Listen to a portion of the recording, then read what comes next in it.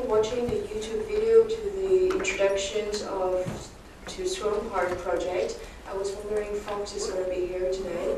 And the next presentation was Gillen, Archeology with Teenagers in the Virtual World. Dr. Gillen is Senior Lecturer in Digital Literacy in Department of Linguistics and English Language at Lancaster University.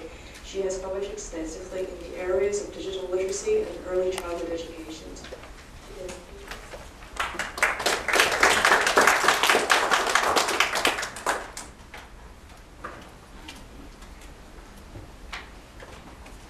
I'm extremely grateful for the opportunity to come to this conference. Thank you so much. Stone Park was a 15-month project directed by Peter Schweining at the Open University. It involved far too many colleagues in various institutions to name today, some of whom worked voluntarily out of enthusiasm for the project. It used Team's Second Life, the so-called virtual world, in which we interacted through avatars. These images are of myself during the project, so some of the personas I took. My name was Rowan during the project. This presentation is as much about methodology as it is about findings.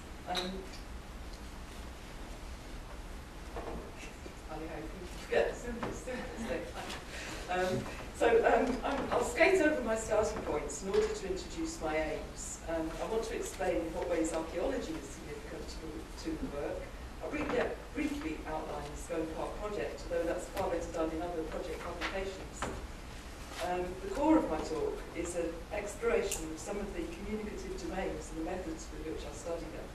And this is very much a work in progress. This is an exploratory paper, and I'll end by tracing what then I mean by virtual literacy ethnography, a term I'm in the process of developing. My starting points then are an interest in digital literacy practices, an interest in learning and creativity, especially as manifested in this environment by the young people who were aged 13 to 17 with whom we worked, and our own learning as we did so, which in some aspects seems so much slower at times. However, one self-flattering partial explanation for that characterisation might be that I'm also trying to reflect on what's going on and document it, seeing myself like Tom Burlsdorf, an ethnographer in this virtual world. Is ethnography a legitimate term for what I'm doing? That's one question I'm exploring, to which I'll return. My aim is then to investigate the teenagers' literacy practices in Stone Park and to, as they engage in various meaningful activities. I'm interested in evolving an appropriate methodology for the study and find it useful to use mediated discourse analysis. It's self-intended as a nexus of practice, as Rodney Jones has reminded us, rather than a framework which has its connotations of bounding. So from that, I can also take diverse tools and strategies, including these, as I'll mention in greater detail. Now, I turn now to archaeology, which is my theme in a number of ways. First, it was the theme of some of the activities of the project. Secondly, archaeology as a trope can be a kind of methodological metaphor for what I'm trying to do. Thirdly, I use it to invoke the concept of liminality. So first, I should explain that in its pilot phase, for the first 6 to 8 weeks, archaeology was the theme for one of the 3 curriculum threads introduced into the project, along with physics and ethics and philosophy. Professional scholars in these fields introduced these activities. The teenagers dipped in and out as they wished, and also introduced their own strands of activities. Everyone was simultaneously learning how to use Second Life alongside one another, simply how to function in this environment. Many learned how to build objects and program, or script as it's known, if you wanted to engage in such technical activities. I had no involvement in the archaeology during the initial pilot phase, other than seeing a few artifacts on the island, including a recreation of a section of Hadrian's Wall. But after the first phase, the professional archaeologists withdrew. Sometime later, the enthusiasm for archaeology was expressed by some of the young people, and some of us gathered together 17 times on various activities loosely themed around archaeology. Why is archaeology useful to think about methodologically, and how can it illuminate or be illuminated by mediated discourse analysis? Well, when I first became interested in archaeology some years ago, I saw it as been about identifying such earthworks and artifacts. Here is the Hill of Tara, a significant site in Ireland since the Neolithic. It features a short passage which is aligned with sunsets in the ancient Celtic festivals of Samhain and Dimbolg, November the 7th and February the 4th. East Asians may be much quicker than myself to identify the significance of those days, known in the lunisolar calendar at the start of winter and the start of spring, and they lie between the solstice and the equinox.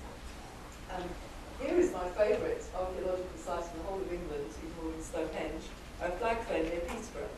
Here is a glimpse of 5 rows of posts which stretch for almost a mile on the edge of the fen, which is a very watery area towards the east coast, formerly a huge area, not quite land and not quite sea. Here on the borderlands, people spent thousands of hours between 1350 and 950 BC working 60,000 vertical timbers, 250,000 horizontal and others. Nobody lived there. Over hundreds of metal, stone and bone artifacts were carefully placed there at different times. Now the questions archaeologists place about these and other such sites are those of mediated discourse analysis. Not what is this thing, but what is going on here? What actions are or were rather going on here? So let me evoke the idea of sites of engagement as used by Rodney Jones and others and think about it in terms of the Flag Fen. A site of engagement has been defined as the real-time window through the intersection of social practices and mediational means that enable a mediated action to occur. Thus, at a certain time, in a certain place, it's understood and agreed through the shaping of cultural traditions, certain activities took place. Now, before turning to the virtual world, let me briefly introduce the concept of liminality in the study of prehistory. It's a concept used to focus upon the borderlands that seem to be so salient in prehistory, connecting the activities of the living to those of the dead, or those who are felt to be still present in the world, yet of a different realm, the ancestors, as you reminded us talking about Tibet. These practices often took place in borderlands of a physical type, such as the fens of East Anglia.